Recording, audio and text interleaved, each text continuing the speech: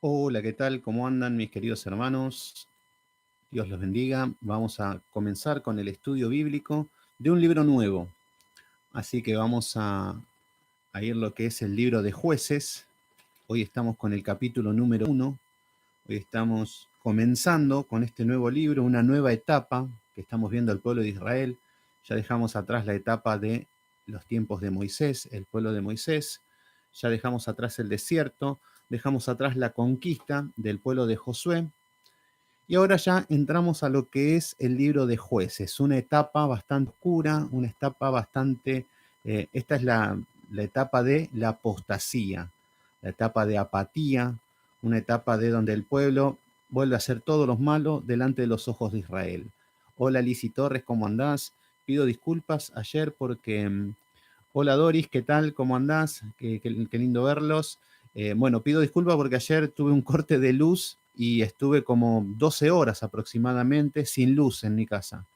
Eh, Así que no tenía tampoco cómo comunicarme, porque encima tengo hermanos en Facebook, otros tengo en YouTube, y se me hacía bastante difícil conectarme con todos y avisarles, porque no me gusta, sinceramente, cuando no hago los estudios, dejarlos a ustedes esperando, que es lo que no quiero, pero bueno, a veces pasa.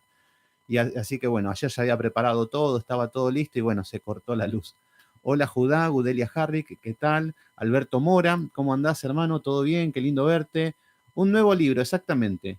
Estamos con un nuevo libro donde vamos a estudiar el libro de, ahí como un poquito, donde vamos a estudiar el libro de Jueces. Este es un libro muy lindo. Yulitza Pérez Padilla, ¿cómo andás, hermana? Ayer no pude hacer el estudio por lo que acabo de decir, que estoy sin luz, así que pido disculpas. Emilia, ¿cómo andás? ¿Todo bien? Eh, Así estuvo en Brasil, no sé, vos. Ah, sí, vi el link que me mandaste y sí, lo voy a ver, el de Génesis. En cualquier momento me voy a hacer un tiempito.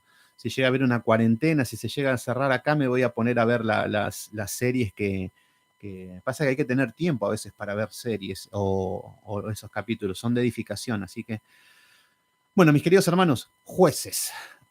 Este es un libro, qué bueno que arrancamos de entrada desde el comienzo, capítulo número 1, versículo por versículo, pero vamos a ver de qué se trata este libro. El libro de Jueces, vamos a ver que está datado de lo que es del año 1375 antes de Cristo. Y va a ser más o menos 300 años. O sea que hasta el año 1050 antes de Cristo es el periodo de los jueces.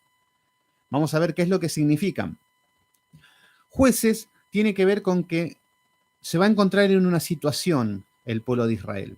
El pueblo de Israel se va a encontrar en la situación donde ya la camada de Josué, que conquistaron todo el territorio, muere.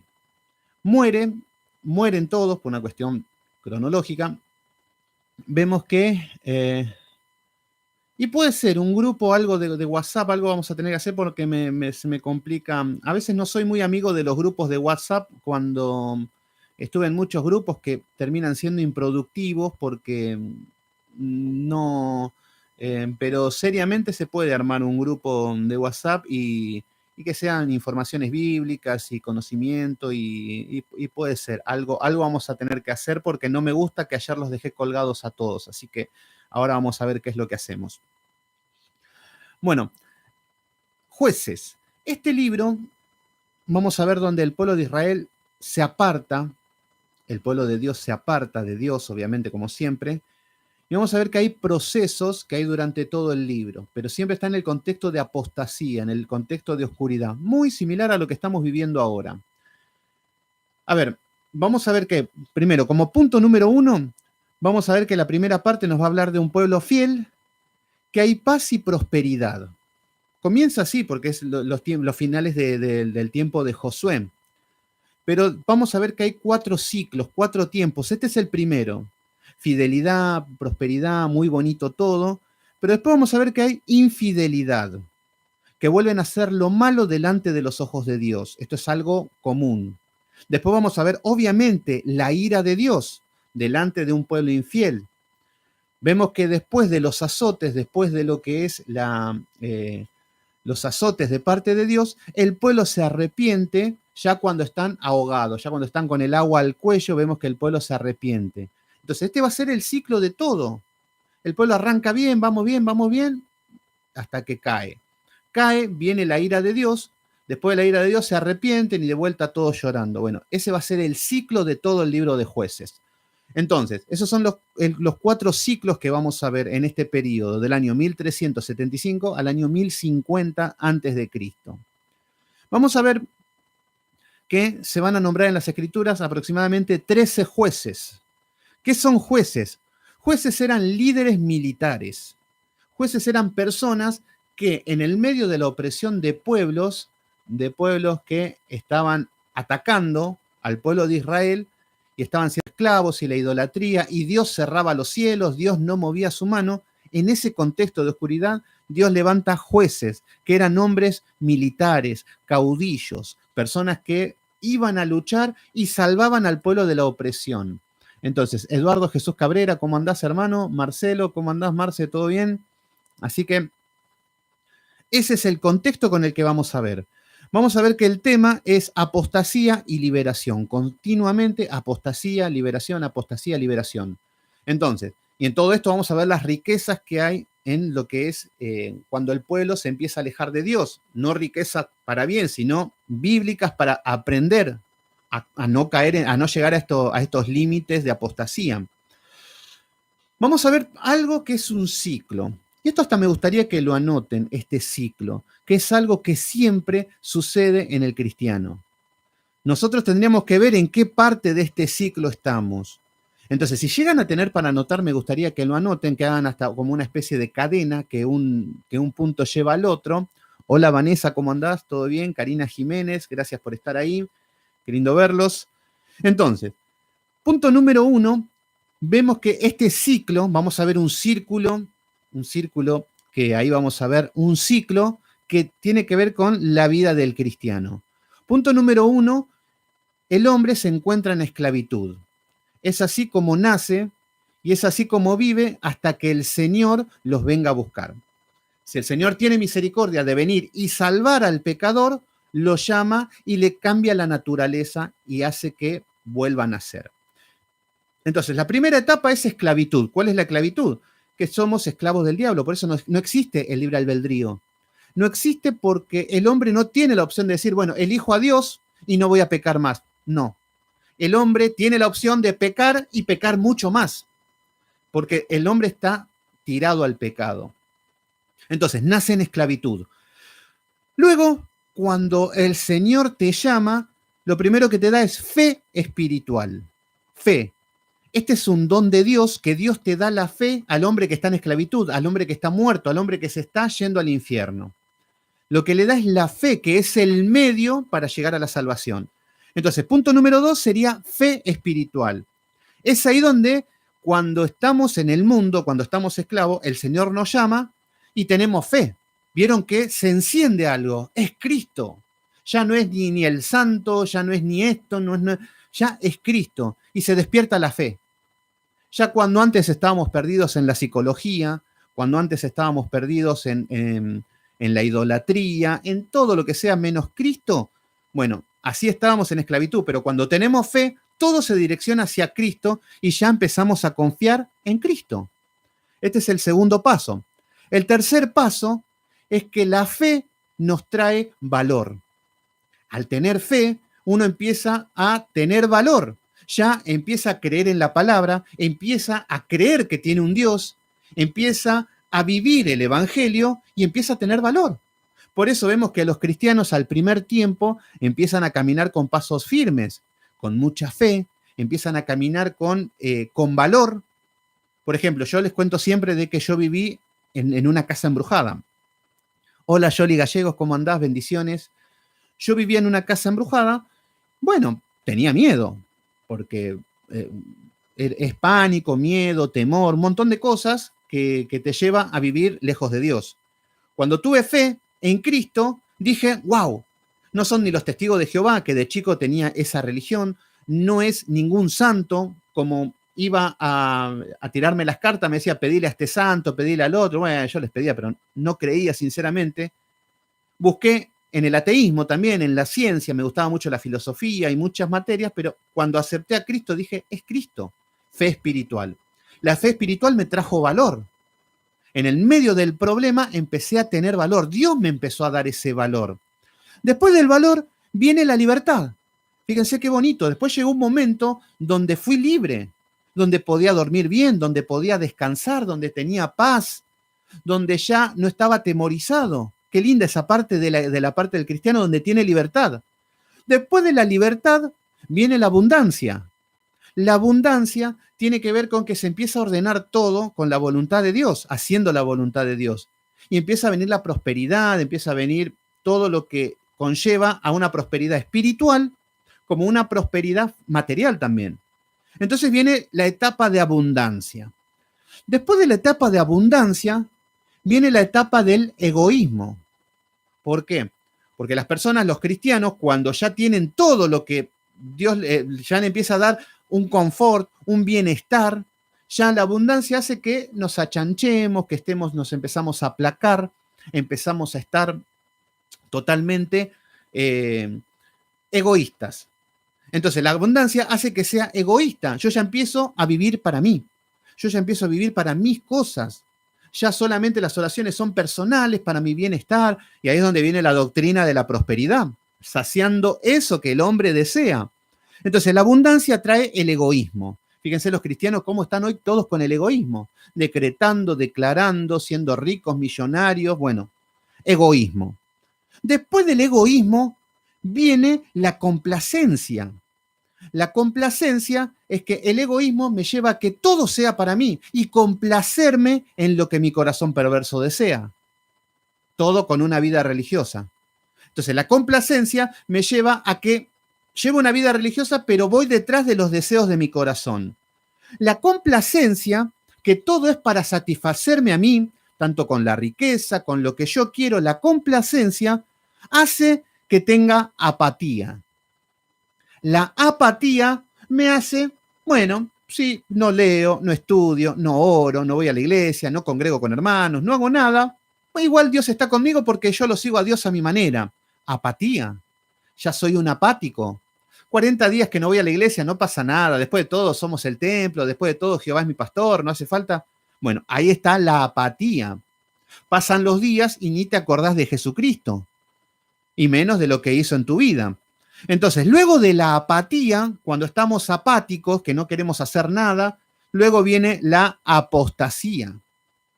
La apostasía es desviarse del camino, que ya empezamos a caminar totalmente desviados del camino que es en Cristo. Entonces, y así es como está la religión hoy en día. Y luego de la apostasía viene nuevamente la esclavitud. Y ahí se cierra el círculo. Entonces, ese es el círculo por donde pasan todos los cristianos. Tenemos que ver dónde estamos parados. Entonces, empezamos con la esclavitud. La esclavitud lleva a que tengamos fe espiritual. La fe espiritual hace que tengamos valor. El valor hace que tengamos libertad. La libertad trae la abundancia. La abundancia trae el egoísmo. El egoísmo trae la complacencia. La complacencia trae apatía. La apatía trae apostasía. Y la apostasía trae nuevamente esclavitud. Así que, ¿qué tal, Dakota Zúñiga? ¿Cómo andás? Luisa de la Cruz, también saludos. Gracias por estar ahí. Qué lindo verlos. Entonces, este es el ciclo continuo del creyente. Y esto es lo que vamos a ver en el libro a partir de ahora, que viene toda la decadencia, y vamos a ver en los Reyes, en Crónicas, en todos los libros históricos, vamos a ver este proceso, que es el mismo que vamos a vivir nosotros y que estamos viviendo. ¿En qué parte estás? ¿En la parte de libertad?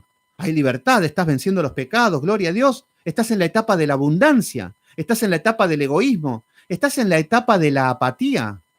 Entonces, bueno, todas estas cosas hacen que vivamos este círculo que es el que van a empezar a vivir este pueblo.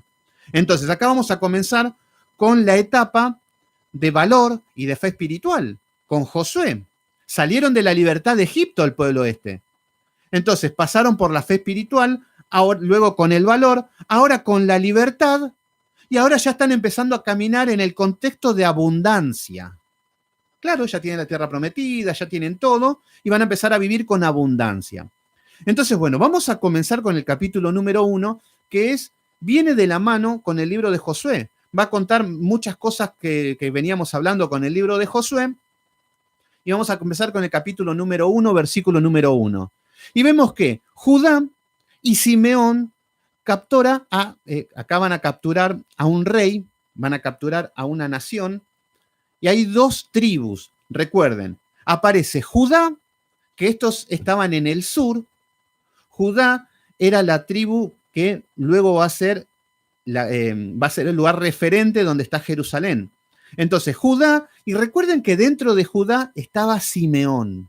Simeón, que no sabían dónde meterlo, andaba por ahí, bueno, métanlo en lo de Judá, que hay mucha tierra.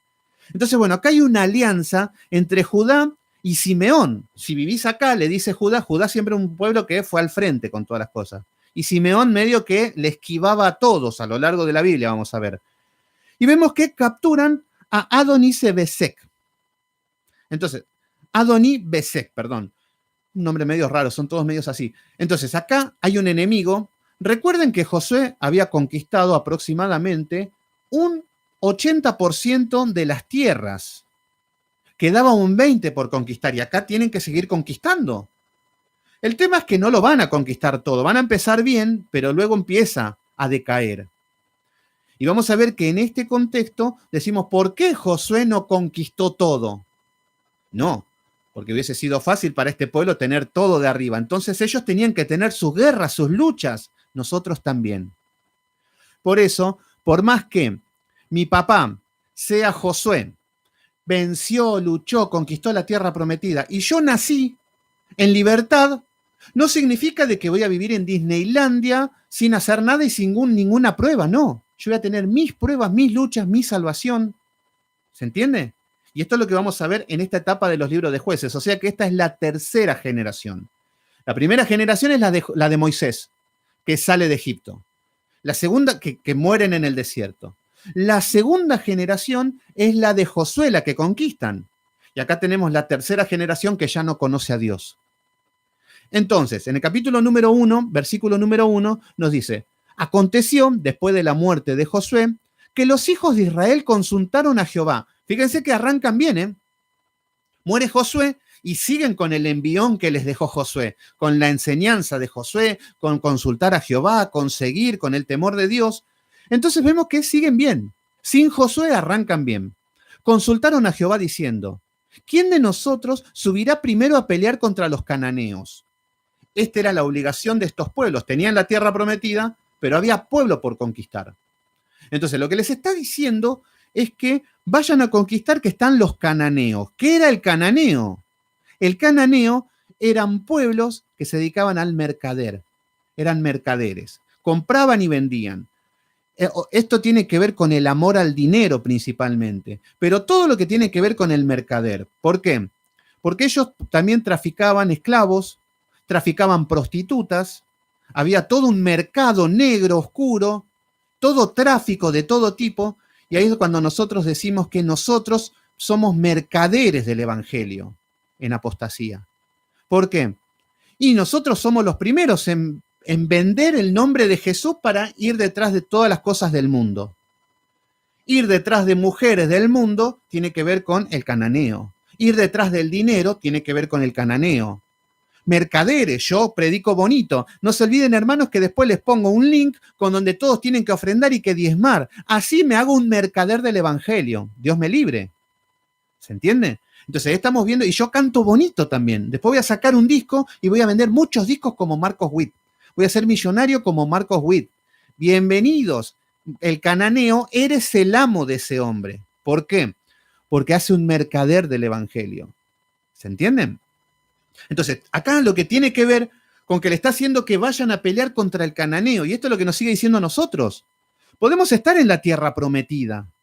Y ahora vamos a ver los niveles que tienen que ver con la tierra prometida y qué tipos de pecados hay dando vueltas. Entonces, acá vemos que ellos consultaron a Dios, a Jehová, diciendo, ¿quién de nosotros irá primero a pelear contra los cananeos? Seguían con el mandato de Josué. Versículo número 2. Y Jehová respondió, Judá subirá. Fíjense que Jehová le responde. O sea que vienen haciendo bien las cosas gracias a Josué y todo esto que venían conquistando. Entonces lo que el Señor le dice es que Judá subirá. He aquí, yo he entregado la tierra en sus manos. Dios sigue fiel. Fíjense que sigue siendo fiel, que sigue siempre una condición, porque muchas veces decimos, no, Dios es fiel y va a terminar su plan como sea conmigo. Sí, no. Si obedeces, sí. Si no obedecemos, no va a cumplir nada en mi vida. Así tenemos muchos cristianos caminando en un contexto de pereza, en un contexto de holgazanería, esperando de que Dios complete la obra, porque Él va a completar todo lo que sea en mi vida. Sí, pero no te mueves, no va a mover un dedo Dios tampoco. Entonces ahí hay un mal criterio que hay en el sistema religioso, de que Dios va a hacer la obra él solo y yo no hago nada. No, no, no, no. Dios va a hacer la obra mientras yo tenga el contexto de esfuerzo, de sacrificio, de fe y de hacer todo lo que me corresponde como cristiano. Entonces, en el versículo número 3 nos dice, y Judá dijo a Simeón su hermano. Claro, acá está la alianza. Judá tenía que ir a pelear contra, que acá le está diciendo que vaya a pelear contra el cananeo, les dice el Señor. Pero Judá también le dice, muchachos, Simeón, vamos a pelear también. O ustedes quieren vivir acá en mi casa, quieren vivir en estos territorios y que yo vaya a pelear y que los señoritos estén en su casa sin pelear nada. Entonces acá está haciendo una alianza. Acá le está diciendo a su hermano, vamos a aliarnos y vamos a ir todos juntos a pelear contra el cananeo. ¿Esto qué significa? Esto tiene que ver con que nosotros somos el cuerpo de Cristo. Somos una iglesia. Entonces, la iglesia espiritual, ladrillos vivos. Entonces, ¿esto qué significa? En el contexto, ¿ustedes qué quieren? ¿Que yo vaya solamente a pelear? ¿Que yo solamente estudie? ¿Que yo solamente ore? ¿Que yo solamente ayune? ¿Que yo solamente haga todo? Y todos, ay, qué bonito, ay, sí, sí, sí, recibo la palabra y vivo como quiero. No.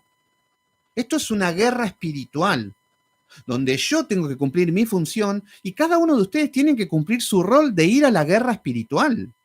La guerra espiritual tiene que ver con la obediencia, tiene que ver con la santificación, está relacionado con las escrituras, con la voluntad de Dios, con servir en el contexto en el que nos toque vivir. Yo sé que por ahí nosotros estamos lejos. Yo sé que por ahí con algunos ni nos conocemos personalmente y más que algunos que otros mensajes, nada más. Pero podemos orar el uno por el otro. Podemos ser de edificación el uno para el otro. Hay alguien que por ahí se conecta y es nuevo. Y a algunos de ustedes le puede hablar, le puede pasar un link, le puede dar palabras, le pueden guiar. Podemos servir en este contexto. Después, obviamente, en el contexto del vivir diario, obviamente. Y de esto se trata la guerra. Pero acá está haciendo una alianza Judá con Simeón. Vamos todos a pelear. Y esto es lo que tenemos que hacer, una alianza. Muchachos, todos tenemos que salir a pelear.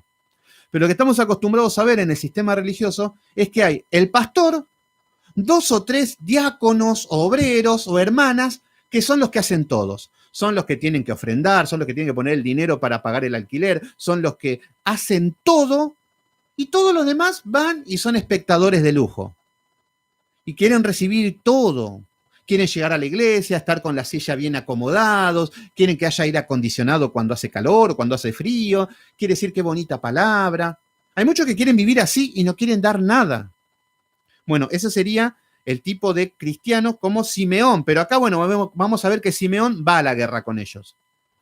Entonces, acá lo que nos dice es que Judá dijo a Simeón su hermano, sube conmigo al territorio que se ha adjudicado y peleemos contra el cananeo. Esto es lo que nosotros tenemos que hacer alianza. Vamos a pelear contra el pecado. Vamos a pelear contra lo que es el cananeo. Acá nos está hablando de pelear contra el cananeo. El cananeo tiene que ver con el amor al dinero. Entonces, hermanos, luchemos todos juntos, como cuerpo de Cristo, contra este pecado. ¿Qué tiene que hablar? El mercader del evangelio, que tiene que ver con el vender el nombre de Jesucristo, con el amar el dinero. Yo amo mucho el dinero, no tengo tiempo para Dios, vamos a vencer eso. Seamos generosos, tengamos un corazón dadivoso. Eso es luchar contra el cananeo y todos juntos, unidos. ¿Se entienden? Entonces acá le dice, peleemos contra el cananeo. Y yo también iré contigo al tuyo. Y Simeón fue con él. ¿Qué es lo que está diciendo? Somos un grupo. Yo estoy de tu lado y vos tenés que estar de mi lado. Entonces, esto es lo que estamos viendo en este contexto de salir a la guerra. Pero muchos son llaneros solitarios. Andan por el mundo solos predicando, andan por el mundo solo caminando por ahí, creyendo que están peleando la buena batalla. Pero no, lo único que están haciendo son hojas otoñales. Entonces, en el versículo número 4 dice, y subió Judá, y Jehová los entregó en su mano, al cananeo y al fereceo. Fíjense quién aparece acá. El fereceo. El fereceo nos habla acerca de un espíritu de pereza. ¿Por qué? El fereceo, recuerden que habitaban, eran aldeanos a campo abierto. Lo más fácil que había para conquistar era el fereceo.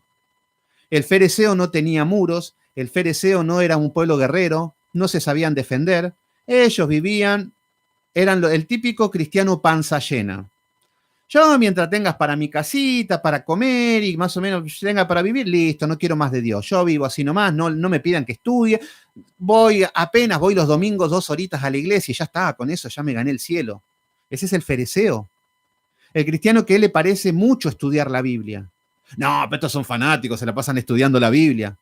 No es que seamos fanáticos. Necesitamos tener un conocimiento bíblico para poder aplicarlo a nuestra vida y no llevar una vida tan desordenada como la que llevábamos. Para eso estamos estudiando, no para ser eruditos, no para tener más conocimientos que otros, no para ser más santo. No, es para saber cómo debemos caminar. Entonces vemos que fueron y vencieron al cananeo, que es el amor al dinero, y vencieron al fereceo. Esto compete más a lo que era el pueblo de Simeón. Fereceos eran perezosos. Ellos no, bueno, pero al ir a la guerra, vencieron al fereceo. Entonces nosotros al ir a la guerra, al estudiar, al orar, a buscar de Dios, estamos venciendo al espíritu fereceo que hay en nosotros. El espíritu fereceo te lleva a un espíritu de vagancia, te lleva a un espíritu de conformismo, te lleva a un espíritu que no ama ser instruido, no ama la disciplina, no son prudentes. Y ahí tenemos los cristianos que, fíjense, vayan a cualquier iglesia, pregúntenle los 10 mandamientos y ninguno los conoce. Y te van a decir, no, acá es todo espíritu, todo espíritu. Sí, la excusa mejor que tienen es somos todos espíritus, por no decir somos ignorantes. Entonces, todo eso lo vamos a ver que hay en un contexto de pereza, el espíritu fereceo. Entonces acá vemos que subió Judá y entregó en sus manos, el Señor los entregó en sus manos, al cananeo, al fereceo, e hirieron ellos a Besec a 10.000 hombres. Versículo número 5. Y hallaron a Adón y Besec en Besec y pelearon contra él y derrotaron al cananeo y al fereceo. ¡Qué bien! Gloria a Dios, aleluya. Acá tenemos el pueblo donde Jehová te dice, anda, vence el amor al dinero y todo lo que conlleva el mercader. Anda, vence la pereza espiritual, que no te podías integrar en tu iglesia, que no podés caminar con hermanos, que no podés orar, que no podés leer, que no podés estudiar. Antes me pasaba. Yo no podía leer, no podía estudiar, me cansaba, no le encontraba sentido. Leía y digo, ¿pero para qué me sirve esto? Bueno, pereza, en un momento lo tuve que vencer. Y a esto es lo que el Señor nos está mandando y nos está llamando. Entonces ahora a vencer el dinero y el fereceo, la pereza. Gloria a Dios, aleluya. Judá y Simeón obedecieron a Dios y conquistaron. Versículo número 6, ya empiezan los problemas. Fíjense cómo funciona esto. Recuerden que ya no está Josué, ya no está el líder que les decía que era lo que tenía que hacer y ahora viene una camada nueva. Entonces en el versículo número 6 nos dice, más, Adonibesec huyó y le siguieron y le prendieron. Bueno, buenísimo, el Señor le dijo que vayan que maten a los reyes, como lo hizo Josué, que los tenía el cuello sobre sus pies y los mataron a todos. Bueno, acá no están haciendo algo parecido, pero fíjense qué es lo que dicen. Les siguieron y les prendieron y les cortaron los pulgares de las manos y de los pies. ¿Qué estamos viendo acá? ¿Qué estamos viendo? Fíjense cómo ya en el mismo capítulo, los mismos versículos, la misma historia que está contando, ya empiezan a hacer las cosas mal. Ya empezamos a ver la crueldad del hombre. Ya vemos cómo el hombre empieza a manipular todo, haciendo lo que su corazón perverso desea. Acá vemos que ya se está mezclando las pasiones desordenadas del hombre con la voluntad de Dios. Y esto es lo que le gana siempre al hombre en la iglesia. Al hombre le vence el querer hacer lo que hay en su corazón perverso. No me importa lo que diga Dios. No, a mí no me interesa. Yo hago la voluntad de Dios, pero siempre y cuando sea lo que mi corazón quiera. Entonces, si yo voy a la iglesia y tengo ganas de bailar, vamos a danzar, porque toda mi vida me dediqué al baile, al caño, me dedican tantas cosas que yo voy a la iglesia a adorar a Dios, pero con baile, con danza, cantando, gritando, me gusta vomitar, me gusta hacer el ridículo, me gusta hacerme ver, me voy a desmayar, así ven que lo santo que soy. Bueno, estamos viendo el hombre que utiliza el pretexto de lo que es la voluntad de Dios, pero para hacer lo que ellos quieren. Entonces, lo que había en el corazón de estos hombres era crueldad. ¿Se entiende? Entonces, lo que estamos viendo es que le cortaron los pulgares y los dedos de los pies. Dios no le mandó a hacer esto. ¿Cuál es el problema? ¿Para qué utilizaban esto? Esto era incapacitar al enemigo. Claro, al cortarte los dedos de las manos y al cortarte los dedos de los pies, estás incapacitado para ir a la guerra, para pelear, para vencer. Entonces acá lo que estamos viendo es que Dios no le mandó esto, Dios dijo que maten a todos. Entonces, ¿qué significa esto? Que por ahí tenemos casi sometido al rey, al cananeo o al fereceo o el que sea, lo tenemos en los pies, pero lo dejamos incapacitado solamente. Esto es como decir, bueno, a mí me gusta la droga y el Señor te dice, matá eso, sacalo de tu vida. No, solamente la tengo ahí. No me drogo como antes, pero está ahí. Está ahí, está incapacitado, pero eso se puede revivir fácilmente. Entonces, lo que vemos es que ellos no mataron a este rey. No lo mataron, o sea que seguía vivo este pecado. Entonces, vemos que acá vamos a ver que así comienza, con la desobediencia, y así vemos que Saúl también desobedecía. Saúl, el Señor le decía, haz esto, haz esto, haz esto. Él iba y hacía parecido, pero hacía lo que su corazón perverso deseaba. Y ese es el gran problema, que no queremos hacer la voluntad de Dios, sino la nuestra. Por eso es muy bonito caminar bajo nuestra voluntad. Los cristianos modernos caminan, pero como yo quiero. Como el otro día un amigo me dice, no, yo estoy bien delante de Dios. Yo la verdad que estoy bien delante de Dios porque las cosas me están saliendo bien como quiero. Bueno, en su imaginación, en su manera, que si él sería Dios, lo determinaría así. Entonces ya lo da por hecho de que Dios se maneja de esta manera. Entonces, claro, como yo me imagino que las cosas van bien, Dios está conmigo. Pero no funciona así esto. Entonces, en el versículo número 7 nos dice, entonces dijo, Adonibesec, dice, 70 reyes cortados los pulgares de sus manos y de sus pies, recogían las migajas debajo de mi mesa. Acá estamos viendo que este era un rey pagano, un rey perverso que hacía esto. Entonces está diciendo, como yo hice, así me ha pagado Dios. Y levantaron a Jerusalén y lo llevaron a Jerusalén donde murió. Entonces acá estamos viendo de que ellos obviamente dijeron, este rey perverso le cortaban los pulgares a las personas. Nosotros como somos justicieros vamos y hacemos lo mismo, pero Dios no le mandó a hacer esto. La justicia social. Hoy estamos acostumbrados a ver justicia social. No, nosotros somos todos justos, pobreza, queremos riquezas para todos. Dios, la iglesia, ¿qué es lo que hace la iglesia hoy en día? Justicia social. Vamos a repartir arroz. Vamos a repartir mercadería para los pobres, para los que no tienen, y bueno, le vamos a dar mercadería. Justicia social. El problema es que Dios no les está mandando a la iglesia a hacer esto. La iglesia es columna y baluarte de la verdad. La iglesia debe preparar la palabra y exponerla y ser luz en el contexto en el que les toca vivir. Esa es la iglesia, esa es la luz, no repartir arroz. Ahora, el pueblo, los hijos de Dios que congregan en las iglesias como fruto de la palabra, de la obediencia, como fruto del Espíritu Santo, sí que deben dar arroz, deben hacer todo lo que quieran, pero la iglesia no está llamada a hacer eso. Y vemos que la iglesia ha cambiado los roles, han dejado la palabra de lado por hacer obras de caridad. ¿Se entiende?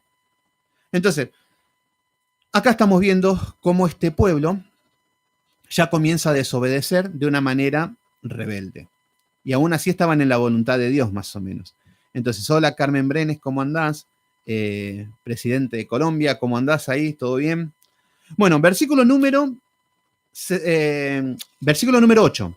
Vemos que Judá conquista Jerusalén y Hebrón. Acá vamos a ver que tienen que conquistar todo su territorio. Dentro del territorio habían muchos pueblos y eso es lo que tenían que conquistar. Entonces nos va a hablar acerca de Jerusalén. Recuerden que está ocupado por los jebuseos. Recuerden que Jerusalén, donde va a ser la capital, Jerusalén, es la parte más difícil. Van a conquistar todos los alrededores, pero en Jerusalén no se conquista. Ahora vamos a ver, hasta los tiempos de David. Por eso nos dice, Hebrón, recuerden que esto era el territorio de los gigantes, el territorio de Anac, el territorio que tomó Caleb. Y nos dice, y combatieron los hijos de Judá, dice, a Jerusalén y la tomaron. Y pasaron a sus habitantes, y pasaron a sus habitantes a filo de espada y pusieron a fuego la ciudad. Bueno, acá nos está diciendo que tomaron Jerusalén, pero después vamos a ver que no toman lo que es la capital, lo que es porque tomaron los alrededores.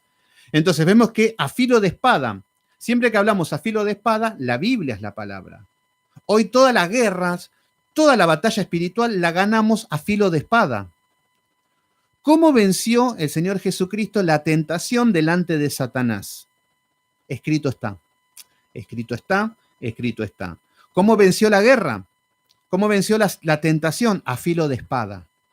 Entonces, nosotros en la guerra espiritual no es que nos damos la mano, nos ponemos a gritar, a hablar en otro idioma, a reprender a Satanás como si fuera un perro y se va. No, no, no. La guerra espiritual es que conforme a la palabra, yo me sujeto a esa palabra y en el contexto en el que esté viviendo lo puedo aplicar. Eso es filo de espada. Que la palabra está haciendo efecto, que el Espíritu Santo nos está guiando a través de ese contexto. Entonces, acá el filo de espada es la palabra. Lo que estamos acostumbrados a ver hoy es que no, todo guerra espiritual y poca palabra. No. La palabra para poner en práctica. Y nos dice que pusieron al fuego la ciudad. El fuego representa el juicio. El fuego representa el juicio de parte de Dios. Cuando habla del fuego consumidor de Dios, nos está hablando de la ira. El Espíritu Santo te bautiza. Jesucristo te bautiza con el Espíritu Santo y con el fuego. O sea que con la bendición de Dios de la salvación que te da el Espíritu Santo, o fuego, no hay mucha ciencia, o infierno, es cielo o infierno. Entonces acá estamos viendo que están ejecutando los juicios a todas estas naciones perversas que ya se merecían el juicio. Recuerden que todos estos pueblos eran idólatras, estos pueblos hacían sacrificios de niños, hacían abortos, había prostitución, habían orgías, habían todo tipo de dioses, eran criminales, eran de lo peor. Entonces Dios ejecuta los juicios. Bueno, versículo número 9.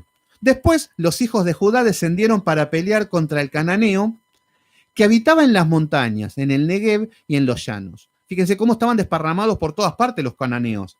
Acá nos dice que el cananeo que habitaba en las montañas, en las alturas, estos eran difíciles de conquistar, en el Negev, o sea que en el desierto, y en los llanos, o sea que tenían por conquistar en todas partes.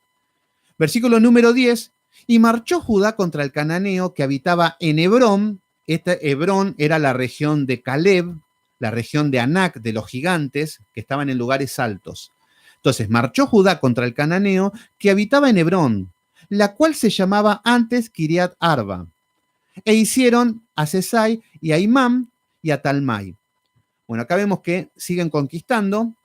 Y en el versículo número 11 aparece por primera vez un hombre que se llama Otoniel. Este va a ser el primer juez. Así que ya vean cómo aparece, ya en el capítulo 2 o 3 ya arranca, comienza el primer juez. Entonces acá vemos que Otoniel conquista Debir y recibe a Axa. Axa era la hija de Caleb. Entonces, y esto ya lo habíamos visto, esto estaba en Josué capítulo 15, versículo 15. Hola Marisol Rodríguez, ¿cómo andás? Bendiciones.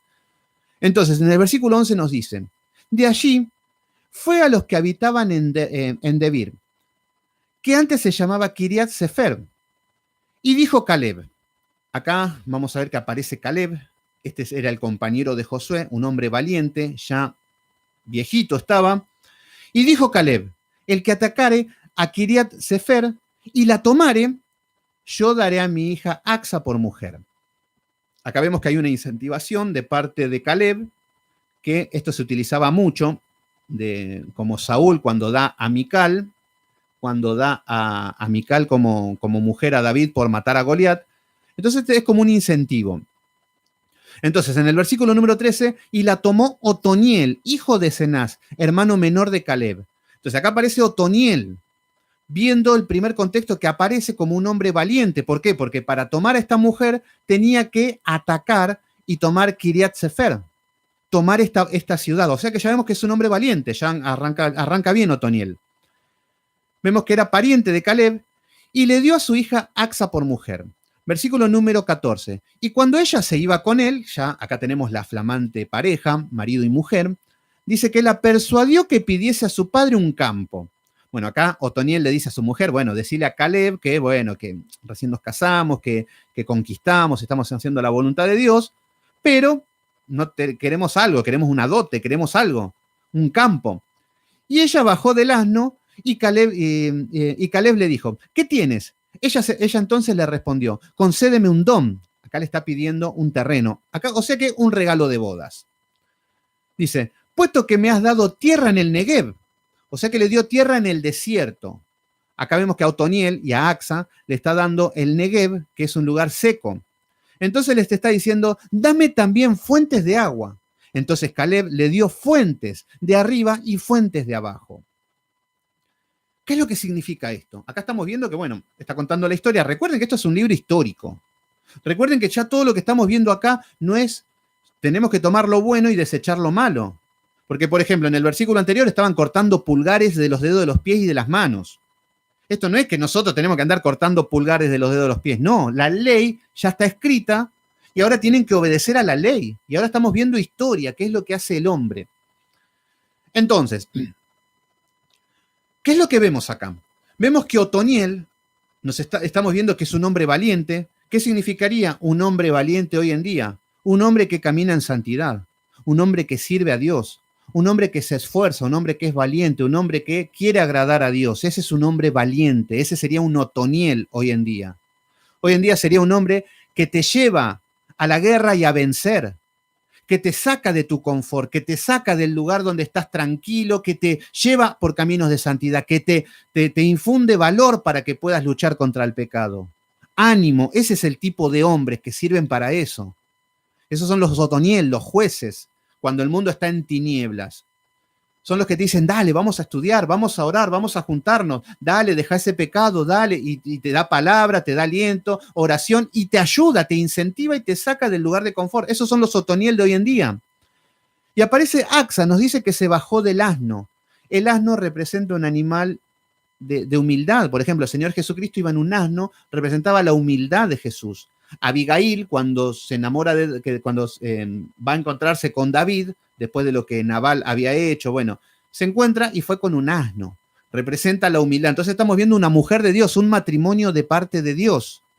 Y esta mujer, pero lo que tenemos que ver que lo que les está pidiendo a Caleb no es solamente un territorio, bueno, quiero un campo, quiero fuentes de agua. Claro, necesitaban fuentes de agua, tanto de arriba, ya sea de las montañas, porque habían lugares altos, o fuentes de agua de abajo. Estamos hablando de pozos. Por eso Abraham se peleaba con los pueblos vecinos por el pozo, que tapaban los pozos. Isaac también tuvo esos problemas. Entonces, no es solamente esto. ¿Qué significa?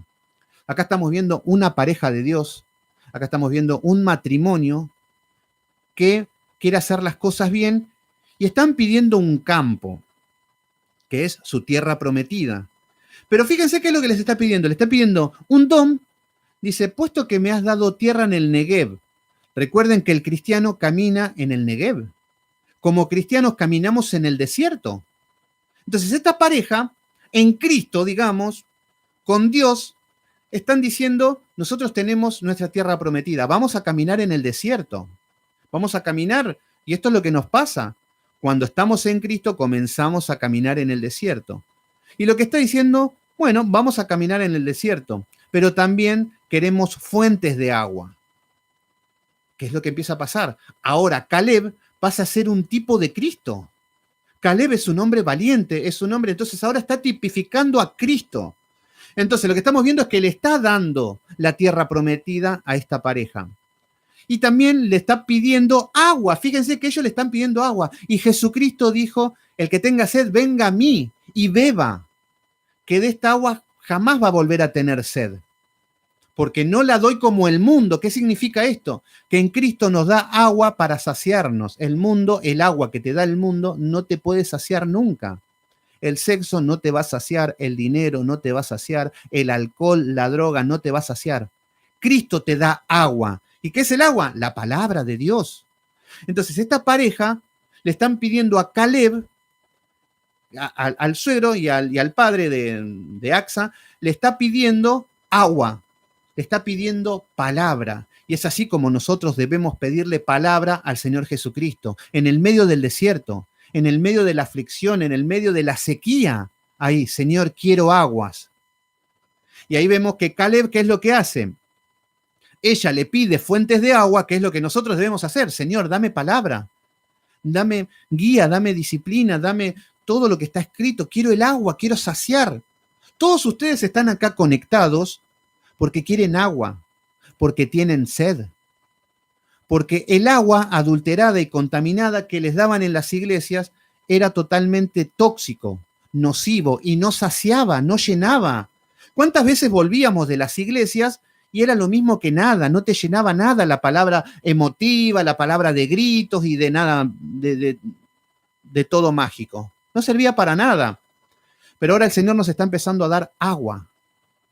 Entonces acá lo que está diciendo, dame fuentes de agua. Esta mujer le está pidiendo a Cristo. Y Otoniel también, por eso vemos que es un matrimonio de parte de Dios. Por eso cuando Otoniel se levanta como juez, vamos a ver que tiene a su mujer que la está apoyando, que tiene una mujer de Dios, que no tiene una Jezabel. Estamos viendo que ya estamos viendo una pareja bien conformada en Cristo. Respetuosos, le están pidiendo a Caleb, no les están exigiendo, bueno, yo soy el hijo de Caleb, yo quiero esto. No, no, no. Le están pidiendo algo y le están pidiendo fuentes de agua. Entonces Caleb le dio la fuente de arriba. Qué lindo esto, fuentes de arriba. Todo lo que el Señor nos está dando es fuente de arriba. El agua viene del cielo, la lluvia viene del cielo. La palabra igual tiene que venir del cielo, tiene que venir de arriba. ¿Cuántas veces leíamos la palabra, no la entendíamos? Bueno, quedó ahí. Pero cuando la empezamos a entender, cuando empieza a tener sentido, cuando empieza a cobrar vida, cuando empezamos a decir, wow, qué Dios perfecto y todo, es porque viene de arriba. Dios es el que te está dando el agua y eso es lo que nos empieza a saciar. Eso es lo que nos empieza a dar calma, tranquilidad, paz. En el medio del desierto, en el medio del Negev, como estaba esta pareja. Y también las fuentes de abajo. Entonces, versículo número 16. Ahora vamos a ver Benjamín. Nos dice, la extensión y las conquistas de Judá y de Benjamín. Recuerden que Benjamín nos va a hablar siempre de un pueblo religioso. Benjamín era el hermano menor de José, era el hijo menor, y estaba Judá, y al norte, pegadito, estaba Benjamín. Entonces, Benjamín y Judá siempre van a estar aliados. Van a ser las dos tribus que cuando se separan van a seguir juntas. Muy religiosas. Judá van a ser muy religiosos. Muchas de las tribus de los levitas van a ver en el territorio de Judá. Benjamín va a ser totalmente religioso. Entonces, todo esto se va a convertir en un lugar religioso. Mucha ley, mucha palabra, muchos levitas, mucho sacerdocio, mucho templo, mucho sacrificio. Después se va a corromper todo, obviamente. Y después vamos a tener las otras 10 tribus cuando se dividen, que va a ser todo rock and roll. Todo sexo, droga y rock and roll, dioses paganos, adoran, todos los caminos nos llevan a Dios, bueno, después de todo no existe el infierno, bueno, doctrina de la prosperidad, vamos a adorar a Baal, a Cera, vos podés vivir en fornicación, total Dios te ama igual. Bueno, ese tipo de cristianismo tenemos en el norte, todo paganismo, lo que estamos viviendo hoy. Entonces, en el versículo número 16, recuerde que ahora entra en juego Benjamín. Tendrían que tener el mapa por ahí a mano. Dice, y los hijos del Ceneo, suegro de Moisés, subieron a la ciudad de las palmeras con los hijos de Judá al desierto de Judá. Estaba en el Negev, cerca de Arad, y fueron y habitaron con todo el pueblo. Versículo 17. Y fue Judá con su hermano Simeón, dice, y derrotaron al cananeo que habitaba en Cefat. Dice, y la asolaron y pusieron por nombre ciudad de Orma. Bueno, acá estamos viendo lo que es la conquista de Judá. Estamos viendo cómo empieza a conquistar todo lo que la tierra que les queda, dentro de sus límites geográficos. Recuerden que cada uno que va a conquistar en la porción del territorio que les corresponde. Por ejemplo, Judá va sobre su territorio. Simeón va por su territorio, pero acá hicieron una alianza. Judá le dice, ayúdame a vencer a los míos y yo te ayudo a vencer a los tuyos. No es que salían a vencer, bueno, me voy a pelear a la tribu de Neftalí. No, que se arreglen lo de Neftalí. Yo me voy a arreglar con mi territorio. Y eso es lo que está haciendo Judá ahora. Entonces está yendo a la guerra y va Simeón con ellos. Al principio ya vimos cómo Judá ayudó a Simeón, que tuvo que vencer el cananeo y el fereceo. O sea que tuvo que vencer la pereza, que eran perezosos los de Simeón. Entonces acá estamos viendo que ahora estamos viendo Judá con la ayuda de Simeón que tomaron estas ciudades, versículo 18, también tomó Gaza. Esto es Gaza, la franja de Gaza que hoy conocemos, que hoy se quiere independizar de Israel, que no quiere saber nada, Jordania, Transjordania, todos estos Cisjordania, hay muchos problemas hoy en la actualidad.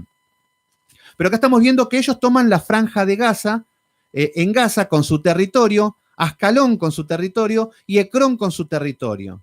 Estos lados son por donde va a andar David. En los tiempos de David va a andar mucho por estas regiones. Versículo número 19. Y Jehová estaba con Judá, quien arrojó a los de las montañas, mas no pudo arrojar a los que habitaban en los llanos, los cuales tenían carros cerrados. ¿Cuál es el problema? Vemos que Judá está venciendo todo. Hasta Simeón está venciendo todo. Venían luchando. Ahora nos está diciendo que no podían arrojar a los que estaban en el llano.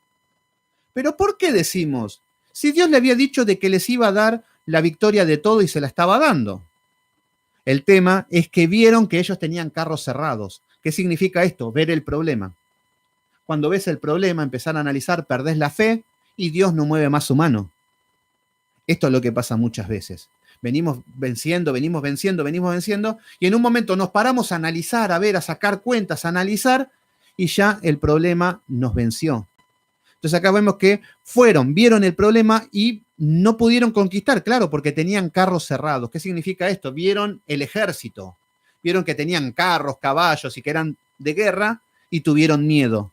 ¿Y cuántas veces nos vamos a la guerra porque tenemos miedo?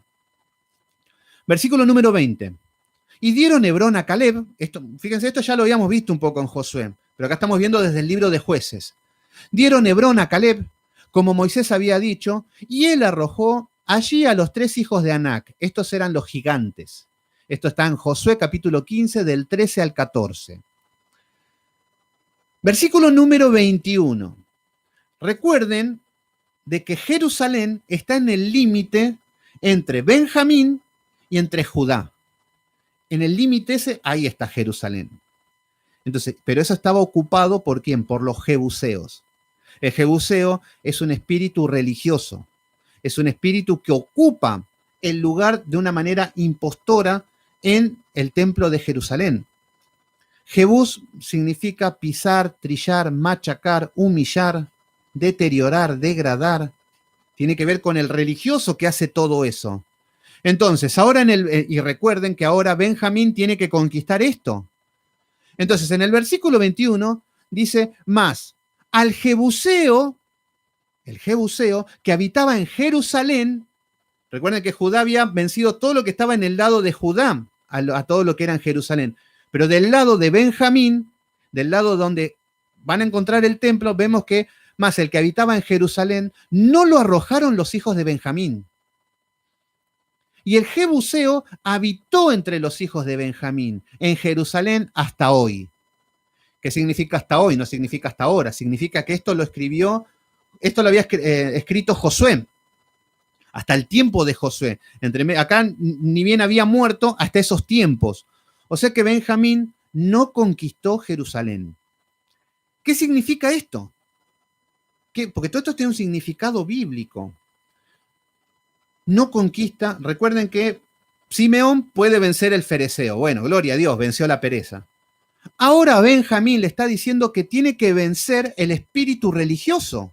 ¿A cuántos de nosotros debemos vencer el espíritu religioso que llevamos dentro? ¿Cuántos de nosotros decimos, ¿de qué iglesia sos? De la iglesia de Montoto. Ah, no, pero en mi iglesia se hace así. Mi pastor tiene la unción, mi pastor tiene la verdad. No, no, no, porque yo cuando diezmo el Señor me prospera. Esto ya hasta lo dije yo. Yo me acuerdo que me jactaba porque, claro, diezmaba yo. Entonces, todos los meses diezmaba hasta la última monedita, más tacaño no podía ser. Y muchas veces yo decía, no, porque yo diezmo todos los días, pero gracias a Dios que yo diezmo nunca me falta un centavo. Mentira, estaba reendeudado. Yo mismo me estaba engañando. Porque era religioso, jebuseo. El jebuseo, ay, no, no, porque yo soy santo, ustedes son pecadores. No, no, no, no. A mí no me... Bueno, ese es el espíritu religioso, jebuseo. Entonces acá aparece Benjamín. Y Benjamín nos dice, más el jebuseo que habitaba en Jerusalén no lo arrojaron. ¿Qué significa esto? Empezaron a vivir los de Benjamín muy amigotes con los fariseos. No los saludo, pero están ahí. ¿Qué es lo que dice? El jebuseo habitó con los hijos de Israel en Jerusalén hasta hoy. Entonces, ¿qué significa esto? Que ellos vivieron muy conformes con los religiosos. ¿Qué significa esto? Que nosotros habitamos en un sistema religioso. Yo estoy en una iglesia apóstata, pero bueno, mis amigos nos juntamos a murmurar, nos juntamos a charlar, no hacemos nada productivo, pero eso sí llevamos una vida religiosa de lujo. Entonces, tengo mucha iglesia, voy a la iglesia, barro, me peleo con el ungier, me peleo con el diácono dijo algo de mí, yo le digo al pastor, el pastor me lo reprendió, pero al mismo tiempo me suspendieron a mí, y entonces me dijeron, bueno, esa es la vida religiosa que llevábamos, y espero que no estemos llevando. Esa vida tóxica, religiosa. Entonces, tampoco la solución es no ir a una iglesia. El Señor nos está capacitando y preparando hoy para ir a la iglesia con palabra, con Biblia. Que cuando te vengan a atacar no te lastimen, no te duelan, no te hieran, saber que es Satanás. Y ser luz en ese contexto, eso es lo que quiere Dios. Entonces, ¿qué significa esto? Estamos viendo que Benjamín va a ser una región religiosa. Benjamín va a ser un pueblo que va a ser totalmente religioso. Fíjense, vamos a ver cuál era la profecía para Benjamín en Génesis capítulo 49. Ya lo vimos, pero vamos a verlo de nuevo. Génesis capítulo 49.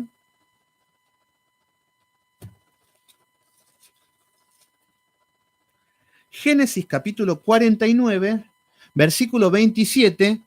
Fíjense lo que era Benjamín, que José lo amaba mucho. El hermano de José, el hijo de Jacob, Israel.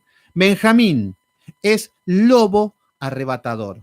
Fíjense la profecía que tiene, lobo. ¿A qué le suena lobo rapaz? A los falsos pastores, a los falsos maestros. Entonces, Benjamín es lobo arrebatador. A la mañana comerá la presa y a la tarde repartirá sus despojos. Entonces, acá estamos viendo cómo Benjamín eran picantes, estos eran religiosos, estos eran fanáticos religiosos. Estos son personas que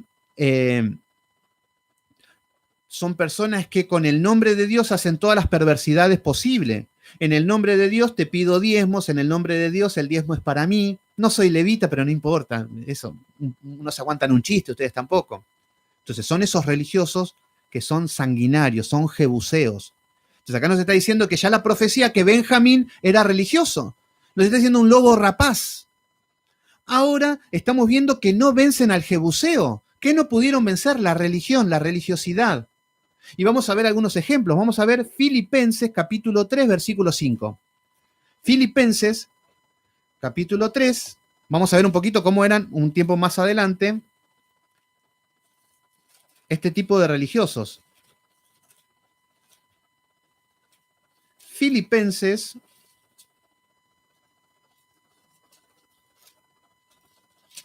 capítulo 3, versículo 5. Y vamos a ver a Saulo.